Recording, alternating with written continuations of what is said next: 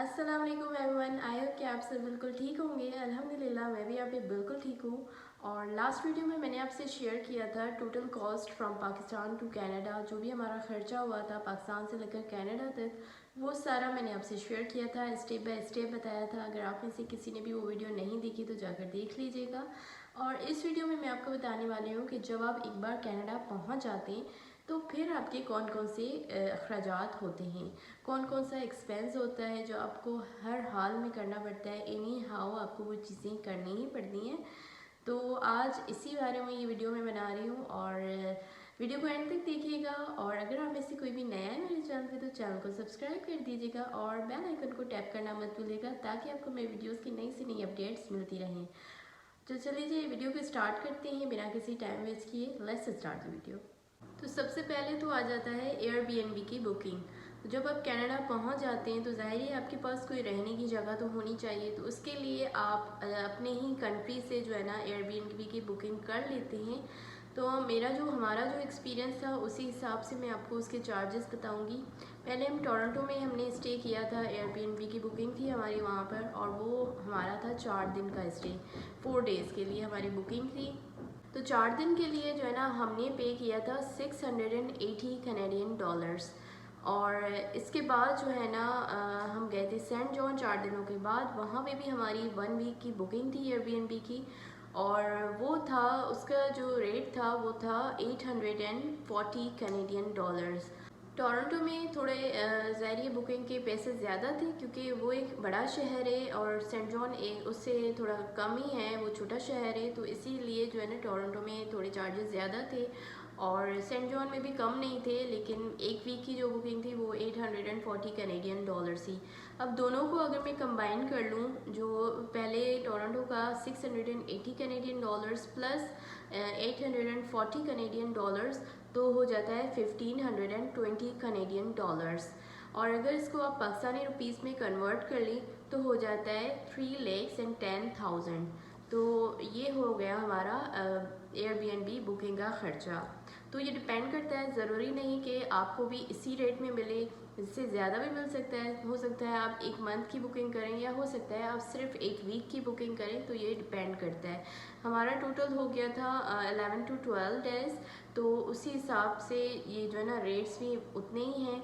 तो जहाँ भी आप बुकिंग करें वो डिपेंड करता है कि आप कौन से शहर में बुकिंग कर रहे हैं, और 1 रूम है 2 रूम है वो भी डिपेंड करता है। तो उसी हिसाब से चार्जेस होते हैं। लेकिन जब हम सर्च कर रहे थे एयरबीएनबी का तो हमें तो इससे कम का कहीं भी नहीं मिला। बहुत हमने सर्च की, इससे कम हमें कहीं मिल ही नहीं रहा था। तो बस इन द एंड हमने कर ही लिया था फाइनल, क्योंकि इसके अलावा हमारे पास कोई ऑप्शन नहीं था। नंबर सेकंड पे आ जाता है हाउस रेंट।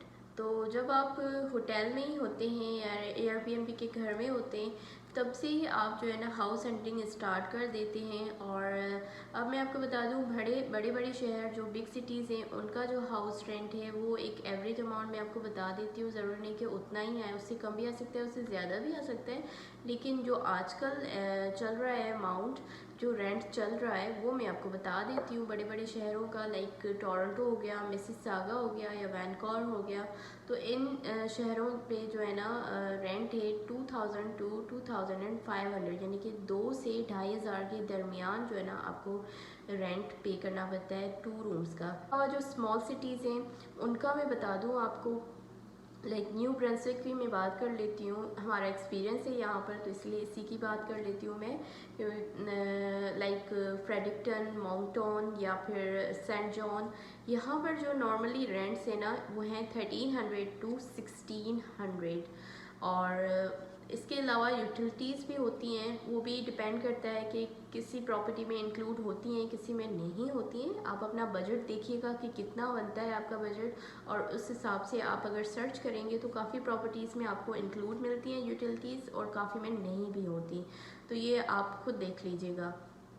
ये मैं नहीं बता सकती क्योंकि यहाँ हम जिस अपार्टमेंट में रह रहे हैं तो ये है एक वुड स्टॉक सिटी है और ये भी एक छोटा शहर है। और हम बहुत लकी हैं कि हमें जो है ना कम रेंट में मिला है, क्योंकि एक छोटा शहर है। तो हमें जो है ना 2 रूम्स अपार्टमेंट मिला और वो हमें मिला था 1000 रेंट पर। इसमें यूटिलिटीज़ जो है ना इंक्लूड नहीं है, वो हम खुद ही पे करते हैं। तो ये डिपेंड करता है प्रॉपर्टीज़ पे, और अभी तो और भी ज़्यादा इंक्रीज़ हो गए रेंट। मैं आपको जस्ट एक एवरेज अमाउंट बता रही हूँ रेंट्स का। तो हमारा जो एक्सपीरियंस रहा है उस हिसाब से मैंने आपको बताया है। यहाँ पे घरों का बहुत ज़्यादा शॉर्टेज है, तो आप देख के और समझ के घर लीजिएगा। और छोटे शहरों का फ़ायदा ये होता है कि थोड़ा रेंट कम होता है तो आपकी इनिशियली जो है ना स्टार्ट में बचत हो जाती है थोड़ी, या थोड़ा आपको फ़ायदा हो जाता है ताकि आप दूसरे एक्सपेंस भी देख सकें।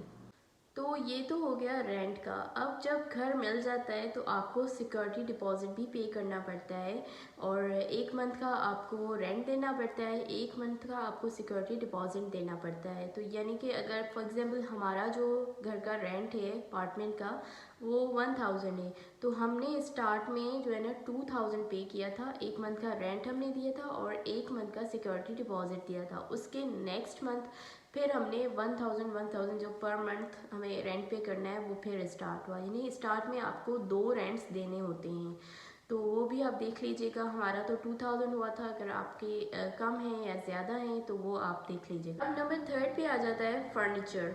तो एक बार जब आपको घर मिल जाता है तो फिर फर्नीचर की बारी आ जाती है, आपको फर्नीचर लेना पड़ता है। अब उसके जो है ना 2 तरीके हैं। एक तो ये कि आप यूज्ड में फ़र्नीचर ले लें, काफ़ी जो है ना लोग सेल भी करते हैं। आप मार्केट प्लेस पे देख सकते हैं कि कोई भी यूज्ड फर्नीचर जो अच्छी कंडीशन में हो वो भी आप ले सकते हैं। और सेकंड ऑप्शन ये कि आप न्यू फर्नीचर लें। तो अगर तो आप यूज में ले रहे हैं तो उसका तो मैं नहीं कह सकती कि कितना अमाउंट होगा, लेकिन सेकंड जो ऑप्शन होता है वो होता है कि आप न्यू फर्नीचर ले लें।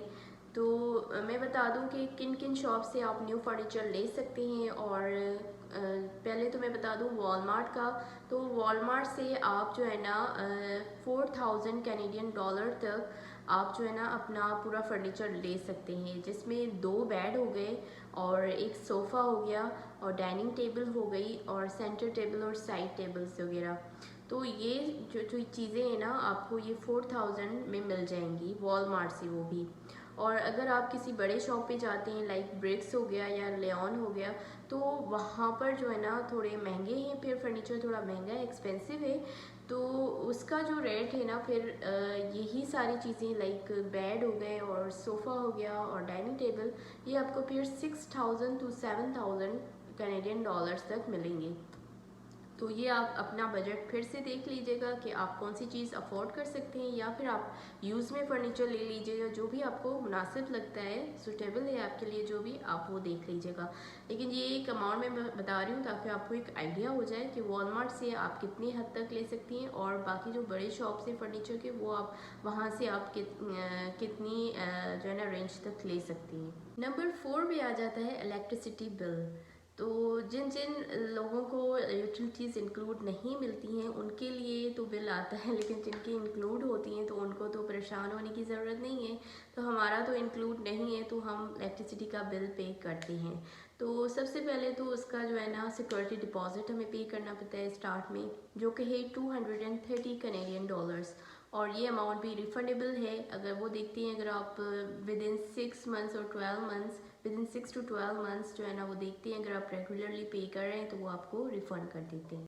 तो ये तो इलेक्ट्रिसिटी का जो है ना सिक्योरिटी डिपॉजिट हो गया। अब आ जाते हैं मंथली बिल की तरफ। तो हमारा जो मंथ में बिल आया, हीटिंग का अभी मैं नहीं बता रही क्योंकि हीट हमने स्टार्ट नहीं की है अभी। जब हीट स्टार्ट करेंगे तो बिल और ज़्यादा आएगा।